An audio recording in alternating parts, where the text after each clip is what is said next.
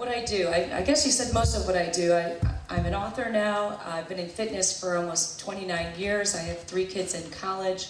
I thought I'd be in New York or LA this year. Instead, I moved downtown into Chicago, and I don't think I'll ever leave. I love people who go other places. In the last 6 months, I've climbed Mount Kilimanjaro, went on safari, did an orphanage, flew an F-16 jet fighter, threw up 28 times while I was in the plane. And I went down under to Australia and covered the first Challenge Cairns, which is an iron distance race for 10 days in Australia, from feeding crocodiles to holding koalas, and just the most amazing things. Where I've come from. I'll start to cry if I tell you where I came from. I came from parents who never went to college, who told me that I needed to be a mom, that I needed to stay home. So I went into exercise science and thought I was going to be a teacher. Instead, I went into fitness and started to teach people and coach gymnastics. And 15 years of opening a gymnastics club, then left that and decided to open a fitness studio. And from fitness, I realized that you could spread the word and inspire more people if you didn't just do it with them, but you start to write about it. And thank goodness for social media and blogging, because it was much easier to get a blogging space than it was to get a magazine. But I'll tell you a few things that I've done that's been off the beaten path.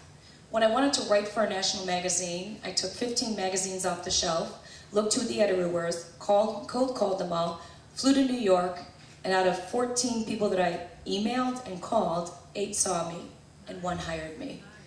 When I wanted to do television, I had someone in my class come to me, they're like, "You are such a good instructor, you should go on TV, they're doing fitness on TV now." Fitness on TV? Pilates and yoga go together. And so I was one of the first people who put yoga lattes together, which then became into sit-a-lattes, walk-a-lattes, stand-a-lattes, pause-a-lattes with your pet, and those are on Oprah.com, you can find those. But I ended up cold calling Larry Wirt, who was the president of NBC at the time. I said, "Look, I've worked with Robin Meade, you guys remember her back on NBC, and I've been doing these weekend segments on your station, and I want to be your fitness person." Larry goes, "Well, I'll see you for 5 minutes in the lobby of NBC on Thursday afternoon at 2 o'clock. So I got in my fitness gear, I showed up with the Lou Malnati's half-baked pizza.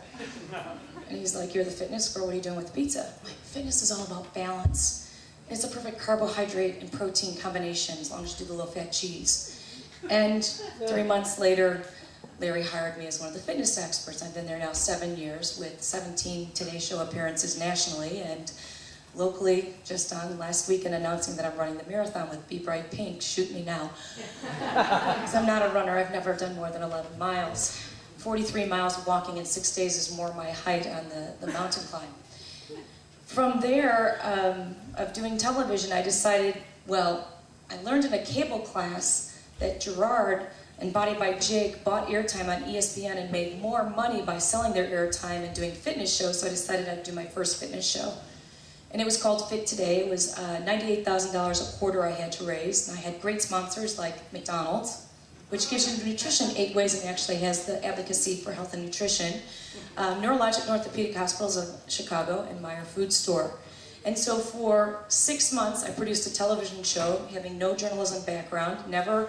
I can remember the first day that I stood up on the shoot, and I have a camera person, and I have someone that I've hired as a director. Because you're going to interview that doctor. What are we going to ask him? He goes, "That's what you're supposed to know." Somehow Fit Today became a show.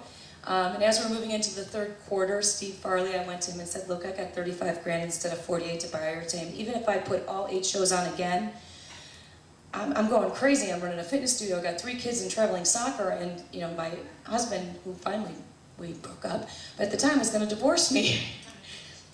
And he said, "Don't worry about it. We'll do a new show called Living Healthy Chicago." So I started that show with Lou Canellis, hosted it for a year, and then went on to national TV for Better TV. And that's why I've gotten to do so many amazing things, because of distribution. I think the one thing I can tell you is never be afraid to put yourself out there and try. The first show I did, like I said, Fit Today, was 8 shows on a $48,000 production budget, because the other 48 was for buying airtime. This show, I have Columbia College students that I'm working with. So privileged to have the brightest and best to work with. Columbia College. And they're doing an under $30,000 production budget for 12-hour-long shows. So they are just rocking it out of the park. And if you get a chance to watch it Saturdays and Sundays, 1 o'clock on NBC nonstop, check it out. The other thing that I have coming up with my 3 best new girlfriends who put on events that inspire and network and help people to dream is the Women's Dream Conference. And this is coming up April 13th. It involves social media, health, and confidence. And JMPGlobal are my partners in this, who are also doing the presentation tonight. You just never know when that person that you meet at the table next to you, at the elevator, you just never know where it can lead to.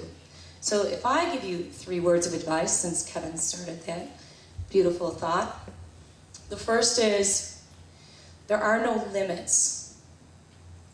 I mean, growing up, I never thought I was going to be doing the Today Show, sitting there getting to meet Tom Hanks, Gloria Estefan, hanging out with these people, doing red carpet events. I'm like, that would have never crossed my mind. But once I got a little taste of doing NBC Local, I'm like, well, why not do NBC National? So let that dream happen. It doesn't have to be when you're 9 years old. You may not know then. You may not know when you're 40. But once you start to feel it, go with it, and let it grow and foster it. The second thing is don't let anyone tell you that there's one way to do something. It's kind of like weight loss. I mean, and I moved in with someone for 3 months, helped him lose 100 pounds in 90 days. He lost an additional 50 on his own. That's where my book comes from, Naked Fitness, his walking his way to fitness and losing weight. Don't have anyone tell you that there's only one way to do it. There's a million paths. And when that path gets sidetracked and bumped, just step over to the side and take the other yellow brick road. They all go to the same place. And the last thing I want you to know is find something that you love. And when you find that, that's where your jobs will come from. When you're doing something where the time goes by so quickly, and I'm not just talking Twitter, but I am on Twitter. Follow me on Twitter with all my friends, and Facebook. And really start to embrace that. And make it become yours. Because when you have flow, everything just starts to go. Thank you.